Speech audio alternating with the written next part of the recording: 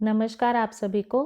Class 10th का unit 1 का session 2 है वर्किंग विद इमेजेस। इसके ऊपर ऑलरेडी इंपॉर्टेंट क्वेश्चंस पे डिस्कशन कर चुके हैं, तो आज एमसीक्यूज और फिलअप्स देख लेंगे।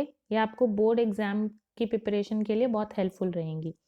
फर्स्ट क्वेश्चन है एमसीक्यूज में, द टेक्स्ट और image which appears faintly in the background of a page is called. तो वो टेक्स्ट और इमेज कौन सा होता है जो पेज के बैकग्राउंड में आता है, तो वो होता है हमारा वाटर मार्क। सेकेंड क्वेश्चन है, जेपीजी और जेपीईजी ये एक इमेज की एक्सटेंशन है, इसका फुल फॉर्म क्या है? Joint photographic expert groups.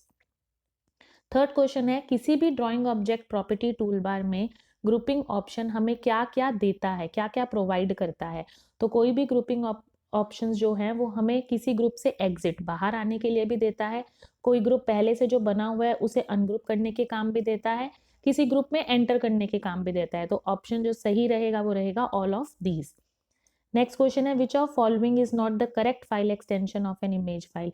इसमें से कौन सा इमेज फाइल का करेक्ट एक्सटेंशन नहीं है? तो GIF भी एक्सटेंशन है, JPG भी है, PNG भी है, तो इसका उत्तर रहेगा .odt। .odt एक डॉक्यूमेंटेशन की फाइल का एक्सटेंशन होता है।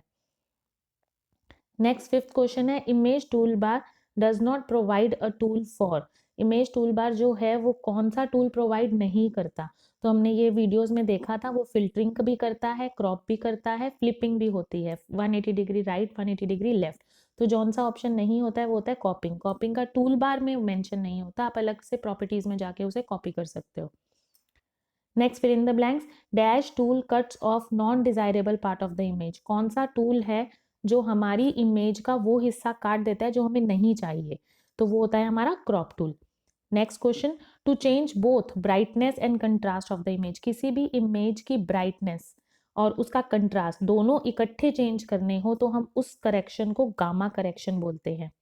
Third question, to simulate the effect of the time on picture dash tool is use. मतलब किसी भी पिक्चर को हमें समय से पहले दिखाना हो, उसको यंग दिखाना हो, तो उसके लिए जो टूल होता है उसे एजिंग बोलते हैं, या उसे हमने ओल्ड दिखाना हो तो उसमें भी एजिंग का काम आता है। Dash place image at the bottom of all the objects. कौन सा टूल है जो इमेज को सभी ऑब्जेक्ट के बॉटम में एकदम नीचे डाल देता है? तो send back. Fifth question, an image can be deleted bye it and dash and pressing delete की। किसी भी इमेज को हम डिलीट कर सकते हैं डिलीट की प्रेस कर कर, पर उससे पहले हमें उसे सेलेक्ट करना पड़ेगा।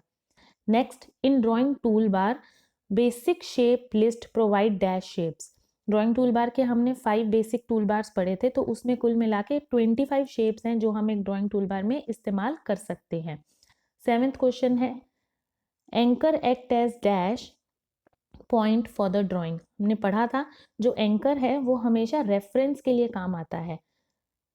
Next, there are dash options for aligning an image horizontally. किसी भी इमेज को हॉरिजेंटली अलाइन करने के लिए कितने ऑप्शंस हमें प्रोवाइड होते हैं? 3 options. Dash handle of image are used for rotating it.